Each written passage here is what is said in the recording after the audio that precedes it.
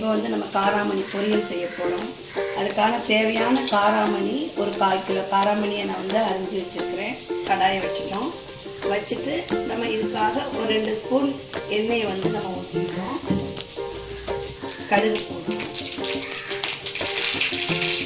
கடுகு பொரிஞ்சிருச்சு. இப்போ நமக்கு தேவையான உளுத்தம்பருப்பு கொஞ்சம் சேர்த்துக்கணும். இதில் 2 ஸ்பூன் உளுத்தம்பருப்பு நம்ம சேர்த்துக்கணும். இதில் கொஞ்சம் கடலைப்பருப்பு 1 ஸ்பூன் நம்ம சேர்த்துக்கணும்.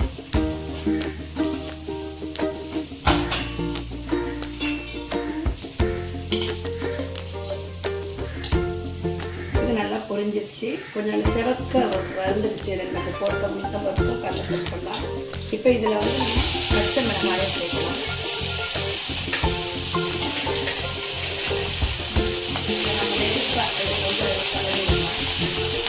பொரிஞ்சிருச்சு. இப்போ வந்து நம்ம இதில் வந்து வெங்காயத்தை சேர்க்கணும்.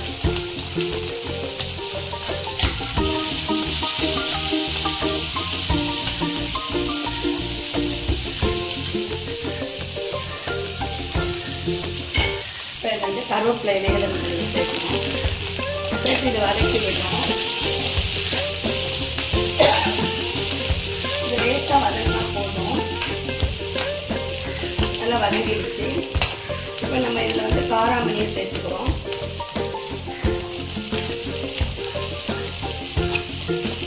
ரொம்ப ஈஸி தான். வீட்டு சாப்பாடு வீட்டில் செய்ய வேண்டியது. நம்ம என்ன பண்ணுவோம், இதில் வெட்டிட்டு அதை அங்கே நம்ம வச்சுருக்காங்க. இப்போ இதை நம்ம ஒரு கலர் கிளறிட்டு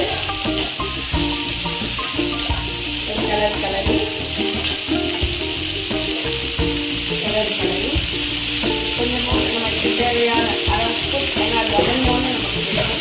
இது வதங்குறதுக்கு கொஞ்சம் உப்பு போட்டால் தான் இது வச்சுக்கிற நீரெல்லாம் வெளியே வந்து அது வந்து வதங்குறதுக்கு நல்லா இதை நான் வந்து இன்னும் கொஞ்சம் கிளறி விடுவோம். நல்லா கிளறி விட்டுட்டு நம்ம மூடி எடுத்து மூடி வச்சிடணும். சிம்மில் அடுப்பை வந்து சிம்மில் வச்சிடணும். வெந்துருச்சு. சிம்மில் தான் வச்சு நல்லா மூடி வச்சிருந்தேன். அந்த ஆவிலே வெந்துருக்கு. இதில் நான் எதுவும் மஞ்சள் எதுவுமே கலக்கலை. நான் அப்படியே நேச்சுரல் கலராக வச்சுருக்கேன். இங்கே பாருங்கள், இப்போ நல்லா வெந்துருச்சு. பார்ப்போமா? நல்லா வெந்துருக்கு. இப்போ நம்ம தேங்காய் பாருங்கள், ஒரு 2 பத்து அளவு தேங்காய் எடுத்து இதை நான் வச்சுக்கிட்டேன். இப்போ இதில் நம்ம சேர்த்துக்கலாமா?